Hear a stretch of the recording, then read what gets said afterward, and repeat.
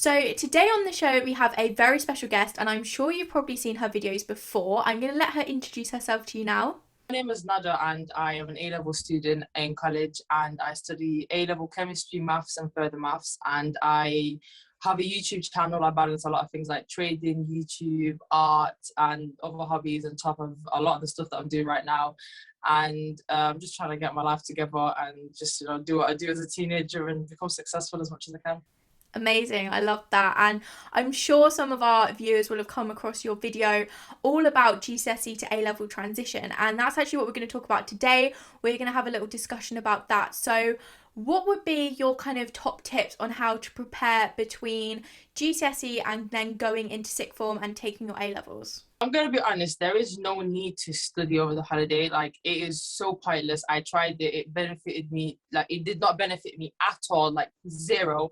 And the reason to that is because when you go to college, you're gonna pick up the skills anyway, and you're gonna get taught the content anyway. And once, if you, for example, give yourself like, okay, I'm gonna chill after I do this, but then when you get to the point where you finished all the work that you need to do, unnecessary studying is not a good thing. I feel like you're just constantly like you're never going to see the light to the end of the tunnel. And when you're constantly studying all the time and you're never giving yourself breaks even when you don't need to, you're going to lose motivation and you're going to burn out, and you're never going to see the light to the end of the tunnel. You can be as productive, you can be productive in many other ways. And I feel like when people finish high school or college, because they only know studying as a form of productivity, they feel useless without school.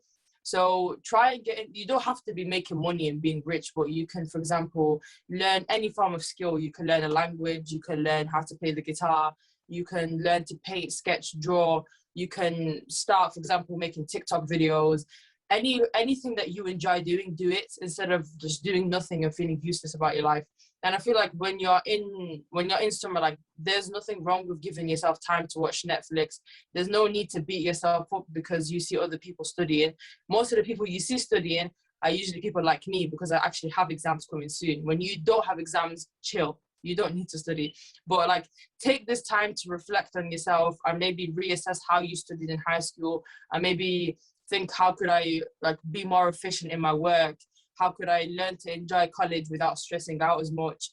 And just like ask, like, for example, look at other people. Look, try and maybe figure out what A levels you want to do. Enjoy your holiday, because you're not gonna have time to chill like this ever again. Definitely, I love that. And I think that it's so important that we actually balance our study with our chill time. And there is summer is for a reason. Summer is so you can have a break. Summer is so you can actually chill out. And I think that we need to remember that, especially when we're going between years. I think that if you want to do a little bit, you can maybe get the textbooks for next year and have a quick read through. But they are going to teach you everything that you need to learn. They're going to go through it with you. And I feel like oftentimes you may just be stressing about learning something, but when someone actually explains it to you that knows the subject, it's going to be so much easier. So you'll cut out that faff. But like you said, I think that at the same time, you can still do other things that are really productive. So, for example, maybe you want to get a job. Maybe you have some other hobbies that you've had to put to the side because you've had to study for your GCSEs. Maybe there are other things that you'd like to do. People you'd like to see. Obviously, we haven't been able to really see anyone for so long. And also, if you are really wanting to do something that's study based, try out some different study techniques as well. I think this is a really pivotal time that you have the time to actually sit down and think, okay, do I like the way that I've been doing my flashcards? Is there a more efficient way that I can do it? And just sit down and have a practice. But at the same time, don't put too much pressure on yourself to make these amazing flashcards for next year. Because when you're actually in that class and you're actually going through the course, it's going to be so much easier to actually know what you need to do. When it comes to like learning during the summer holiday, in my opinion, focus on learning life skills, learn money management, learn, I don't know, like any form of, for example, like spirituality, personal development, all of that stuff, because you do need to take care of yourself as a person. And school, unfortunately, doesn't teach us life skills and doesn't teach us how to handle money. They just teach you, you're going to pay bills, you're going to pay taxes. You're not going to ever learn to make good money when you're older. So I feel like, obviously, for as teenagers, we're not responsible, obviously, but it's good to like get in the habit of saving money, get in the habit of investing money at a young age. It's obviously now this generation has changed, but it's just a good habit to constantly read, educate yourself, and the rewards for it will come in the long term if you actually do take time to look after yourself and to learn things for your future, because school you learn things, but I feel like you don't learn life skills in school. And I think like the summer holiday is the time where you can learn life skills. And like you said as well, like you can, if you want to skim through the textbook, feel free, just so you know what content is on there. But like I said, you're gonna be stressing out about learning stuff, and you will not be able to understand it. It will be really difficult. And when the teachers explain it to you in a way you would understand it, like you're just basically wasting time by teaching yourself A-level content because you will not understand it. It's honestly, it's really difficult to understand if you've never seen it before. Definitely. And I feel like when you first of all start your A levels, I'm sure you probably experienced this as well, that your grades just really weren't that great because it takes that time. You're doing, so obviously before you used to have AS levels and then you'd have A levels. So now that it's like in a whole 2 year course and it's only pretty much for most subjects assessed with exams at the end. So you start your course and everything is really difficult and it is really stressful to actually try and learn it. And that's not to say that A levels will be excruciatingly difficult, but it is a process. It's a process of improvement. It's a process of learning. So if, like you said, if you want to just kind of look at the content, feel free to do that, but it's going to be so much easier and it's going to be so much quicker to actually start learning and to start revising when you are doing it with your course, with your teachers, and through that structure that they're going to provide for you. We had a question through on Instagram and it was, what do I actually need to buy for A levels? The thing is, this is very subjective because some schools provide you with everything. If you see over here, all of these folders that are on my shelf right now, all of them, I've been given I can get any folder I want from the teachers in school. I get notebooks from school. I get everything I need from school. Like if I need a pen, they'll give it to me. And to be honest, you don't need like flashcards. It depends on the subjects you do. For example, I do further maths and chemistry. I don't really use flashcards. I just memorize straight off the book list we're given in class. And when it comes to things like textbooks and things like that, I feel like get the basic necessities of stationery like pens, pencils, rulers. But you don't need like mathematical instruments for maths A level. They don't use that anymore. And then when it comes to like calculators, that's a really important one. Maths calculators, don't buy them until you're in college because, like I said, you switch options around all the time. So if you don't like a subject and you spent like 70 to 90 pounds on a calculator, it's just not a good idea. So I'd say is don't buy anything until you start college. However, do get the basic necessities like a backpack. You can get a couple of notebooks. You don't need to go crazy buying like 5 packs of flashcards because you may realize that you may not need flashcards, and flashcards are always there. So you can buy the stationery as you go along. Like I remember last year I spent £50 on stationery that I literally didn't use. So things like post-it notes, it depends on what type of learner you are. For example, my revision strategy completely changed during A-level. I just don't make notes anymore, any of that stuff, because I get given the resources. Every college is different. Some colleges give you everything you need, but some people still like to make their notes more concise and like summarize. It depends on your subject. Like, for example, my friends who do social sciences, they all use flashcards, and that gets them the grades. For me, I don't use them, but I still get the grades. Just buy it as you go along. They're always there. And things like the necessities, get the necessities beforehand, but like get a couple of folders, but don't go crazy. You don't need to spend a lot of money. With also textbooks, with regards to textbooks, don't buy any textbooks until you're like 2 weeks into college, because one, you won't know what exam board you're doing unless someone told you beforehand, and maybe you may change your mind on the subject. You'll be surprised at what you may not like and like.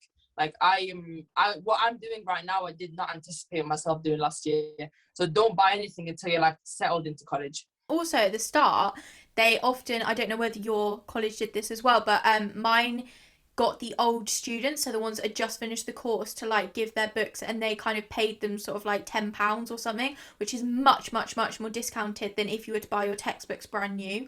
But in terms of that as well, I genuinely just think start with the basics. Obviously you're going to need something to write with, you're going to need something to write on, and something to carry your stuff in, and they're really kind of the main things. You can, like you said, you can buy your flashcards, you can buy your day planners, or etc as you go along. But if there is some cute stationery and you think, oh, that would really keep me motivated, I just really want it, then maybe go for it. Maybe just treat yourself. So just mainly just go for the essentials, because for me, I kind of did the same thing, and I had like 8 different color highlighters. I used about 3 of them. So whilst you need the essentials, add the other things on later as you go. And like you said, you may even swap your subjects around, something that you might have needed before. You may switch your subjects, for example, the calculators, the special A-level ones. You might swap your subject around, and then you've kind of just got this calculator lying around. So wait until maybe you're a couple of weeks in, and do your like back to school shopping. Get excited about that if that is something you do get excited about. But if you watch the hauls on YouTube and you see people with like bags and bags and bags of stationery, just know that that is not essential, and that you are not going to be missing out on marks just because you don't have one special pen, for example. I say they literally do it for the camera. Like honestly, the amount of stationery I bought, I literally did it for the camera.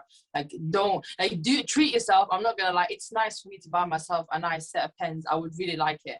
But don't feel like you're obliged to do it just because I did it. Like if it's something out of budget for you, don't do it. Yeah, you have to kind of remember that as well. Like people are doing that to showcase a variety of different things, but it's not what you need. And I feel like you need to get to know A levels, especially if you come from GCSE where you've always been given books and maybe your teachers have always supplied you with pens, etc., etc. Stepping into this A level part of your life is maybe not as big of a step up as you feel it might be. So wait until you settle in and then kind of decide. For me, my college actually didn't provide me with any folders, any flashcards or anything. So be prepared at the same time. Maybe check in with your college, maybe people that are in the year above you, you can chat to and be like, okay, so what did you actually use?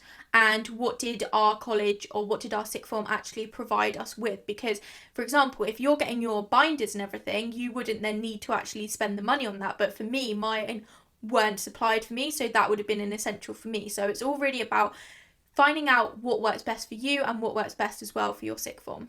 Another thing I feel like also don't stress about textbooks, because if I don't know if your college had this, but my library, they supplied us with flashcards, literally anything I needed, they gave it to us. And there were also textbooks you can borrow from libraries, and they weren't really like nobody was like they weren't stuff people used to fight over. Like if I went to the library at any time of the year, I would find at least 5 textbooks for any subject stacked in the library. So like it's not the biggest necessity, to be honest, to have a textbook, especially because nowadays there's so much free resources on the internet.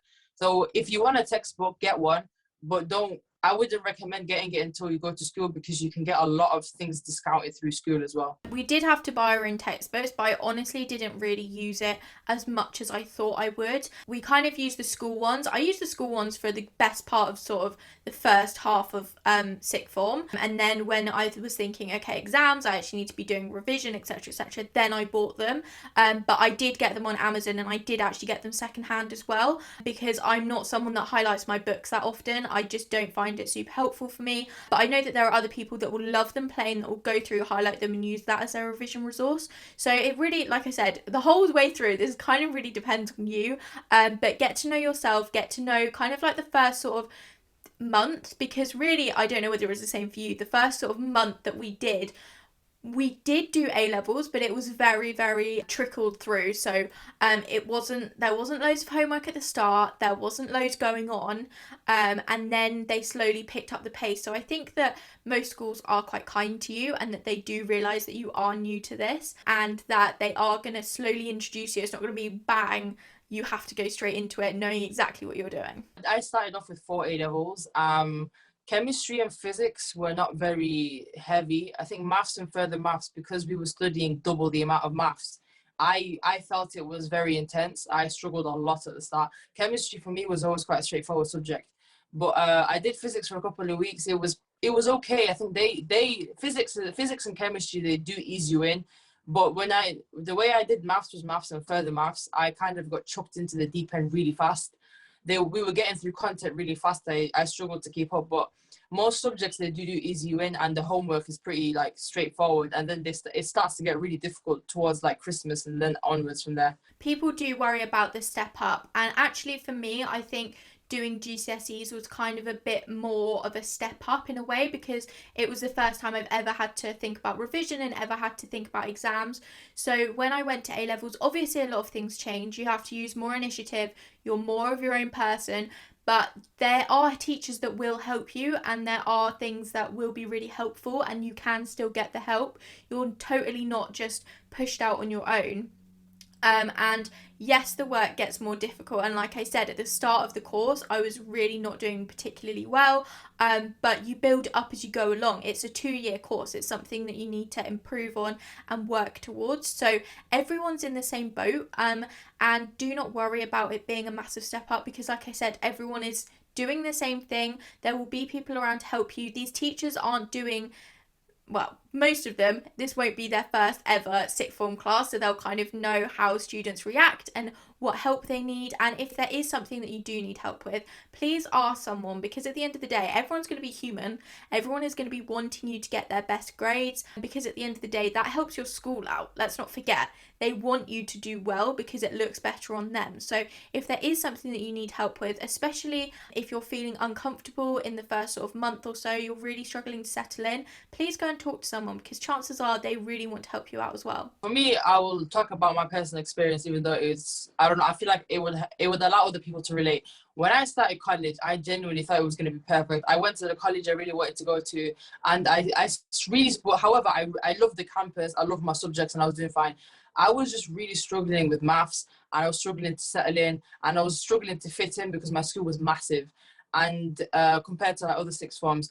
But I literally decided, I was like, okay, I'm gonna go and see a teacher, go and speak to someone. Like, the schools, any school, no matter what, will have a support system in place. And the thing is, you will see other students around you looking like they're doing really well. If there is another student who appears to be getting A stars from the start, which I know a lot of people do that, everyone experiences A level differently. For me, and I think the next few years, probably because GCSEs are really messed up, I had finished school in March and started in September, and I hadn't studied for a really 6 months. So me trying to get into A levels from doing absolutely nothing for 6 months was really difficult. And it was just like, it was really difficult at the start. And I think I decided to be resilient, put my head down, and just get through it. And eventually A level became a lot more straightforward. And obviously it is going to make it more difficult, but I think it's just being resilient, allowing yourself to struggle and asking for help, and just putting yourself out there and making friends. It obviously depends on how introverted and extroverted you are, but putting yourself out there, speaking to people. And the thing is, college people are so nice and mature. Like, you can make friends with anyone you want to make friends with. And you don't have, the thing is, the friendship is how you perceive it. If you want to be close to someone, that's your choice. If you don't want to, that's also your choice. Be yourself, and honestly, people will love that. Definitely. I think people are a lot more grown up when you get into sixth form. It's kind of like something just switches. And like the people that you thought, oh, I could never be friends with them before, suddenly are just really friendly, and everyone just gets along so much better. So yeah, definitely. And I think that it's good that we are talking about this and normalizing actually the struggle of sixth form, especially at the beginning, because whilst it is a step up, I think it's good to know that you, like, sometimes it is very normal to struggle at the beginning, and that it might be difficult, but that is fine. Like, that is okay. There is nothing wrong with that. You are starting something totally new, and it is a 2 year course. So as long as you're not struggling after sort of a whole year in, then everyone is feeling the same. If you are struggling after a whole year in, then that's fine too. Just reach out for some help and just try and get yourself back on track. But the first sort of month or two, and if you are struggling, please don't feel that there is anything wrong. Please don't feel that you aren't doing enough. You are perfectly fine. You are just adjusting. I think that's what people feel about the step up, that whole adjustment. But give yourself some time, give yourself some love.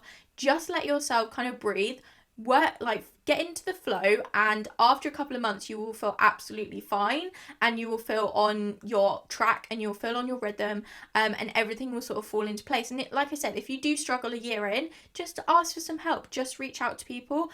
There are always going to be people there that want to help you. People want to help you. You're not being a burden to anyone. That's what they're there for. So if you are struggling with a course a year in, the most colleges, at my college, a lot of people had basically switched subjects. So what they're doing is, you can do, I don't know if all colleges do, my college does it.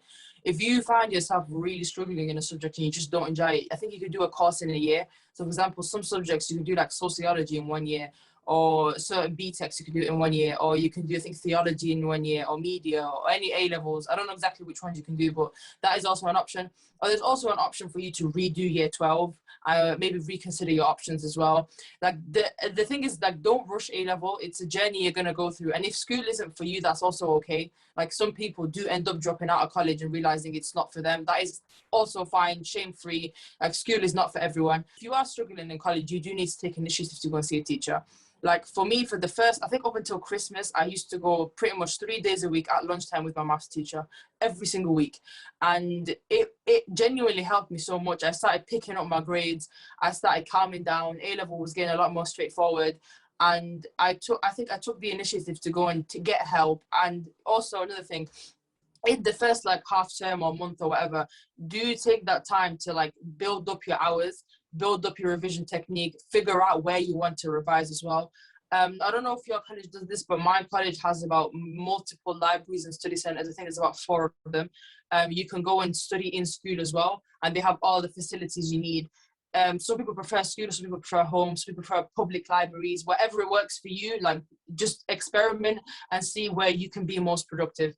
I feel like that's where what you should be doing before college gets too intense and then the exams get really serious. For me, I found that our sixth form library was actually the best place for me to revise. I tried to do studying at home during my free periods, but because my college was only sort of like a 5-minute walk away, but it really didn't work for me. I was so much more focused when I was in that library. And yeah, that was something that I figured out pretty early on, just by trying out different places, just seeing what worked. Another thing that you kind of mentioned was that if you are a year in and it's really not working out for you, our school, I don't think it didn't freely offer that kind of 1 year A level, but they did do personalised plans for different people. So our head of sixth form would sit down and be like, okay, what is it that you want to do? Like, what is your end goal? And would really figure out a plan for that individual person.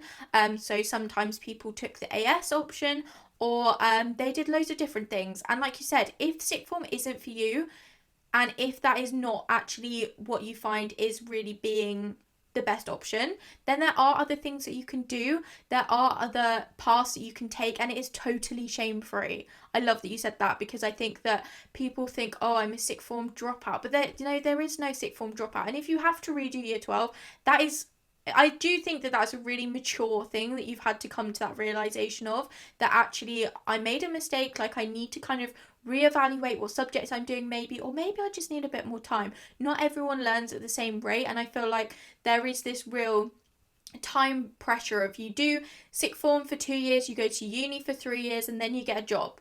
But that's not how everyone's life plays out. And if you are feeling like you aren't keeping up with everyone, or you're doing things at different times, then that is totally fine as well. So I was watching your transition video on YouTube. I really loved that you talked about the subject prestige, because I feel like that is a massive thing that people will be dealing with over summer when they're trying to pick out their A levels, or they will be kind of feeling it in September when maybe their friends are doing certain subjects and they're doing other ones that feel better for them but don't have this kind of prestige around it. So what we mean by this is kind of those subjects that people assume aren't as difficult. And I love that you mentioned that no A level or no BTEC was easy, because I certainly, for myself, I picked those subjects that I enjoyed to lead me to a path that I enjoyed, to nurture those skills I had that I enjoyed, that then I wanted to take further. So for me, I did film studies, I did sociology and photography, that was the other one.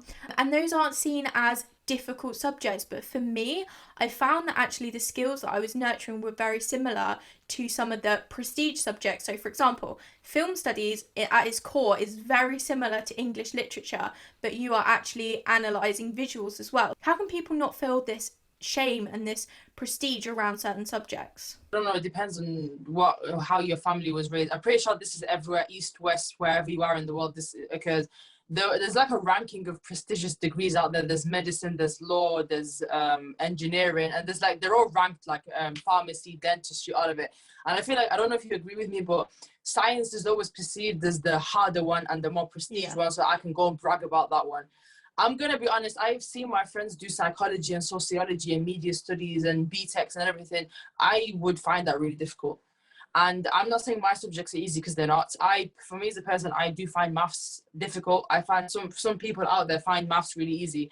I find chemistry really easy, and chemistry is perceived as that really difficult subject. However, I have never struggled in chemistry ever. So everyone is different. Like, for example, I have a friend who's doing 3 different BTECs, and I looked at the work he does. I could never do that. Like, it's not easy, but some people just adapt really well to coursework. I like the practical learning. For me, I'm just quite a theory-based academic girl. That's what I like. And I'm quite straight to the point. That's what I like to do. I'm not someone who likes to, like, every time I do something, I have to do coursework behind it. I just don't enjoy it. Yeah. So everyone's learning style is different. And at the end of the day, if you're not interested in a subject, you're not going to be interested in a degree or an apprenticeship or a career in that subject. So, for example, if you don't like maths or physics, you're not going to like engineering. If you don't like biology or human anatomy, you're not going to like medicine. Obviously, that's quite subjective, but in my opinion, I would say pick subjects you enjoy. Being good at is quite subjective, because if you put the work in, you will get good at it. And if you have the mindset, you will. But if you don't enjoy a subject, I feel like being open-minded is really good. I feel like, I don't know what I did. I started off with 4 and then dropped 1.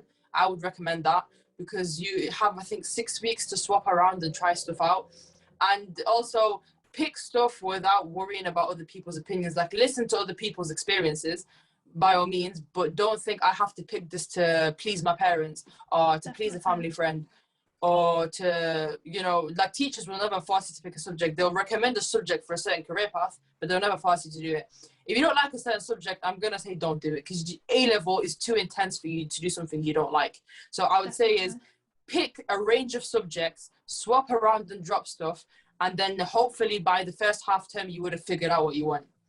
Being a doctor doesn't guarantee you success. You need to be aware of that. Having a job as a lawyer doesn't guarantee you success. At the end of the day, as a doctor, as a lawyer, as an engineer, as a whatever, yeah, the job looks prestigious in society, and yeah, maybe you're contributing a lot to society, but your money problems do not go away.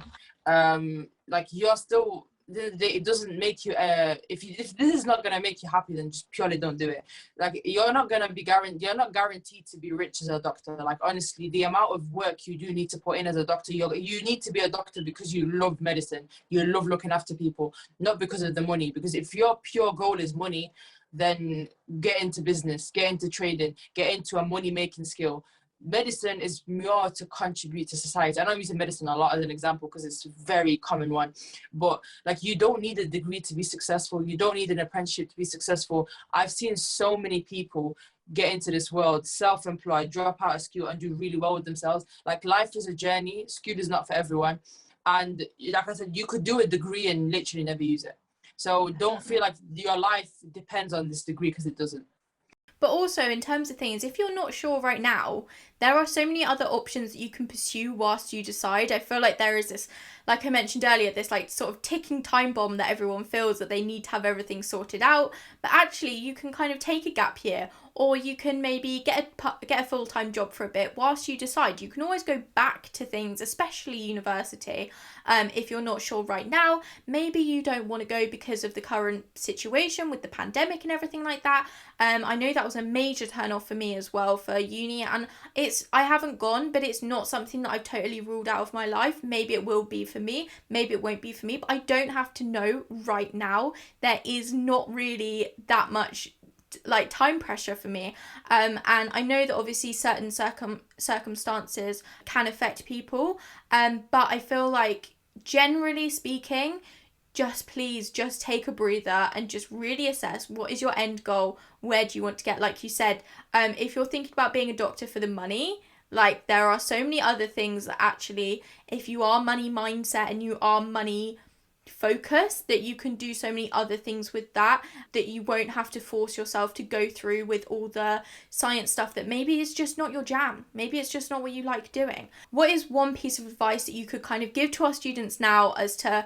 how they can just maybe stop thinking about everything that's going on around them just a little bit to kind of make what they decide. I think a good idea is to live in the moment, and I feel like not overthinking the future. This is why I really like the way you think.